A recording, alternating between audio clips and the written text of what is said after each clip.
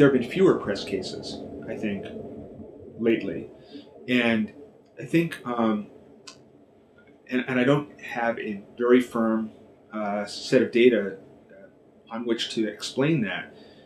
I just have some hypotheses. My guess is that most of the litigation that is brought by newspapers involves state and federal Freedom of Information Act requests. So those don't raise constitutional questions. They don't ever get to the Supreme Court. So that's one reason you're going to see fewer such cases.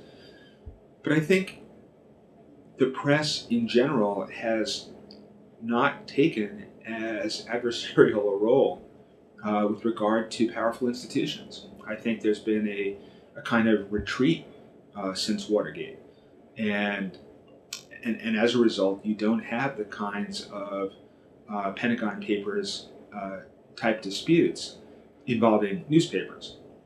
Now, the other thing that's going on, of course, is there's a great broadening of people who could quite plausibly say that they are publishers, members of the press. I mean, the press is no longer, just the city's newspaper of record. So judges and lawyers are well aware that freedom of the press now arguably covers almost anybody with a PC and access to a web page production service. That's sort of good and bad. So the good news is the Constitution probably will be deemed to protect a broader range of people over time. But because it protects a broader range of people, it would be predictable, based on historical patterns, that the level of protection would be reduced.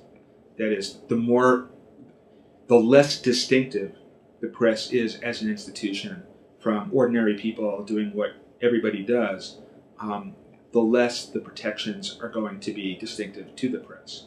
I think you're going to see a kind of melding of free press protections with just the ordinary free speech protections, because for a blogger, there's very little difference between being a journalist and just being a speaker on a street corner.